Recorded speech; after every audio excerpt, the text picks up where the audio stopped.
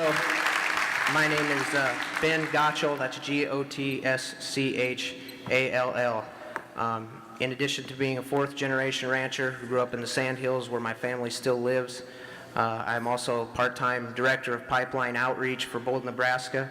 I'm also District 5 director, or District 5 president of the Nebraska Farmers Union, an organization that represents over 5,300 family farmers and ranchers in this state.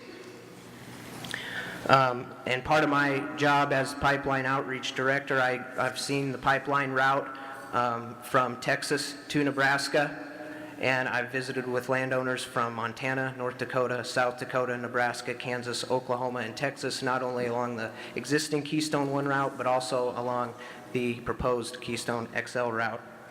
And the main concern I have here is with the contents of the pipe and its threat to the Ogallala Aquifer, particularly the area of the recharge zone in Holt County, very near to where I grew up. And I share those concerns with Dr. James Gakey of UNL, according to testimony that he gave to the Nebraska legislature last year.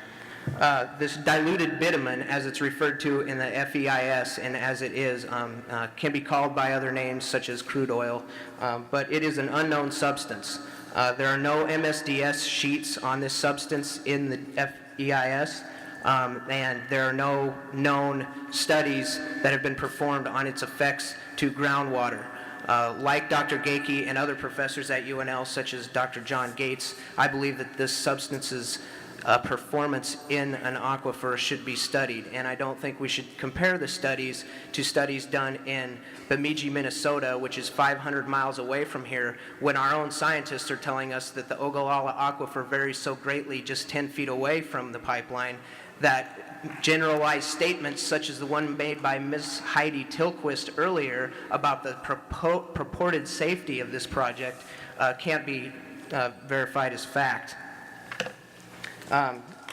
Again, I'd like to say we have no problem with Canada here in this country, to speak to an earlier remark. We have a problem here with a company called TransCanada. And for all you folks who came here to support TransCanada and want a piece of their pie in the sky that they're trying to sell you, I want to read from TransCanada's statement on forward-looking information that accompanies all of TransCanada's press releases. This news release may contain certain information that is forward-looking and is subject to important risks and uncertainties. By its nature, forward-looking information is subject to various risks and uncertainties which could cause TransCanada's actual results and experience to differ materially from the anticipated results or expectations expressed.